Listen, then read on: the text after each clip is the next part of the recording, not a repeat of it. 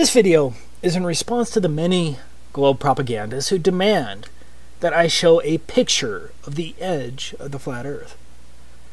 I'm going to prove in this video that independent travel is not allowed under the Antarctic Treaty System. That fact alone should cause any thinking person to begin questioning our official models, because something big is being hidden from we, the plebeians, and we're not talking about penguins. For most flat earthers, based on the information that we can reasonably gather, Antarctica constitutes the outer rim of the known world.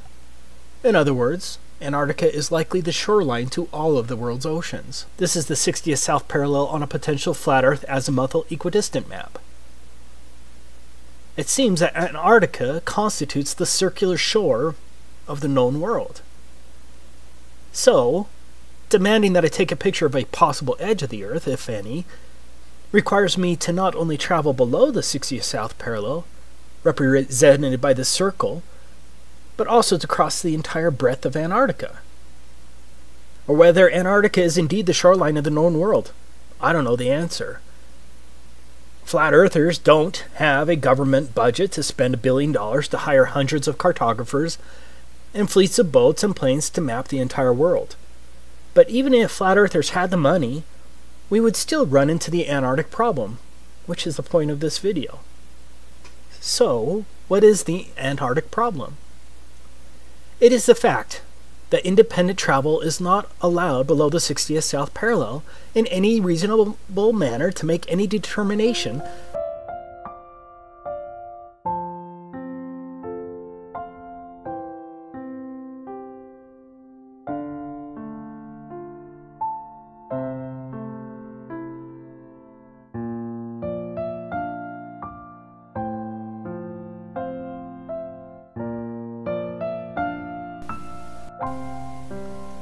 But, as I will describe in this video, I suspect that Antarctica is the shoreline, circumscribing the known world, due to the unbelievable restrictions placed on travel there.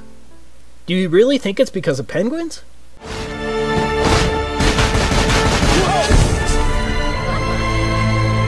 The Antarctic Treaty was executed in 1959 and has been in place ever since.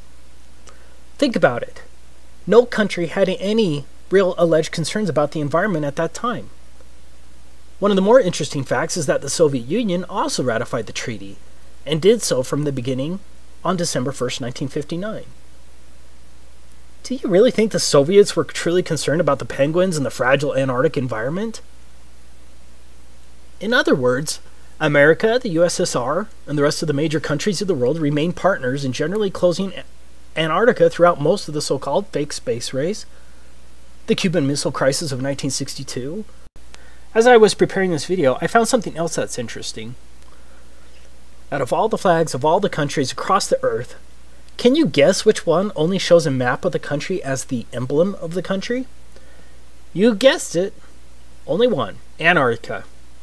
Yeah, the one country they want you to know the shape of. Let me make this clear from the beginning. Travel to Antarctica is more difficult than travel to a military base.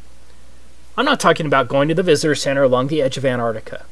I'm talking about a real trek, pointed directly south across the entire 3,400-mile breadth of Antarctica and back again to determine whether Antarctica circumscribes the known world and to possibly determine whether there's an edge, a dome, or whatever, and then take a picture of it. I'm talking about repeating the trek of Admiral Byrd and discovering that area as big as the United States that has never been seen by a human being on the other side of the South Pole, full of minerals and such, just waiting to be explored.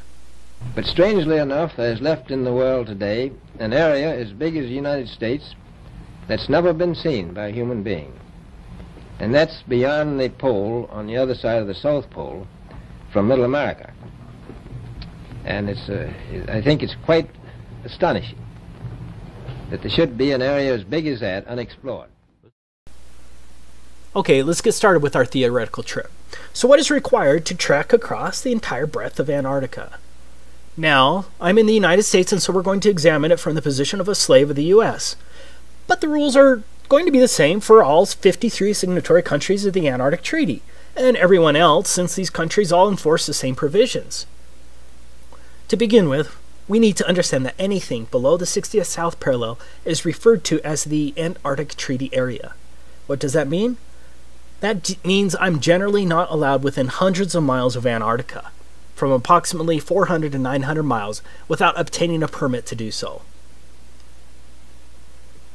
Now, the U.S. government has recorded that some sailors have seen the mountain ranges of Antarctica at 300 miles distance while sailing.